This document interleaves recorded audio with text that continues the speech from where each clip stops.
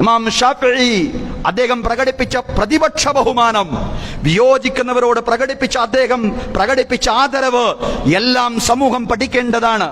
ഒരിക്കൽ കൂഫയിലെ പള്ളിയിൽ എത്തിപ്പെട്ടപ്പോ ഇമാം ഷാഫിഈ റഹ്മത്തുള്ളാഹി അലൈഹി അദ്ദേഹം സുബ്ഹ് നമസ്കാരം ഖുനൂത്ത് ഓതാതെ നിർവഹിക്കുകയാണ്.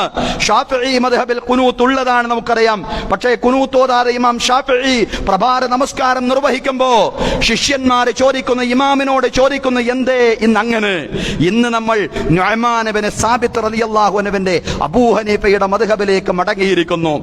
അങ്ങനെയാണ് ചിലപ്പോഴെല്ലാം നമുക്ക് നുഅ്മാൻ ഇബ്നു സാബിത്തിന്റെ മദ്ഹബിനെ ഉൾക്കൊള്ളേണ്ടി വരും.